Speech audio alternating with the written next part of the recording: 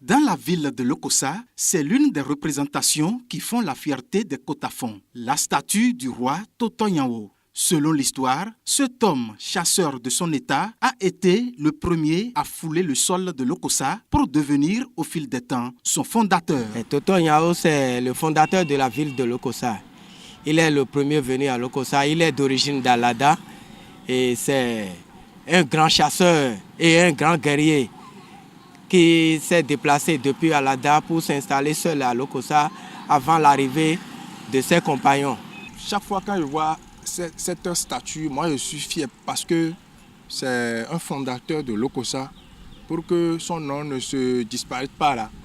La statue, quand un étranger vient à Lokossa aujourd'hui, quand il voit la statue, il va savoir que il y a un fondateur à Lokossa. Mais la personne, comme il ne vit plus, on doit marquer quelque chose pour son passage. Totonyawo, le père des ressortissants de Lokossa, une commune du département du Mono, a beaucoup œuvré pour l'enracinement de la cohésion et l'union de tous ses descendants. Ces bonnes œuvres ont suscité la matérialisation de cette œuvre qui porte son nom, érigée au niveau d'un des carrefours stratégiques de la ville, Carrefour Totonyawo. Les citoyens de la dite ville ne diront pas le contraire. Chaque fois que je vois la statue de Totonyawo, c'est une fierté, une joie, parce que Lokossa aujourd'hui, là, vraiment, Lokossa est vraiment grandi.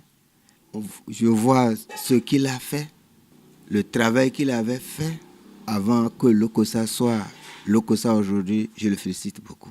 Je suis fier de voir sa statue, puisqu'il n'est pas érigé là seulement comme honneur, puisqu'il est venu ici en tant qu'un grand combattant. Aujourd'hui, quand on dit la ville de Lokossa, ce sont eux qui ont œuvré à ce que Lokossa soit une ville aujourd'hui.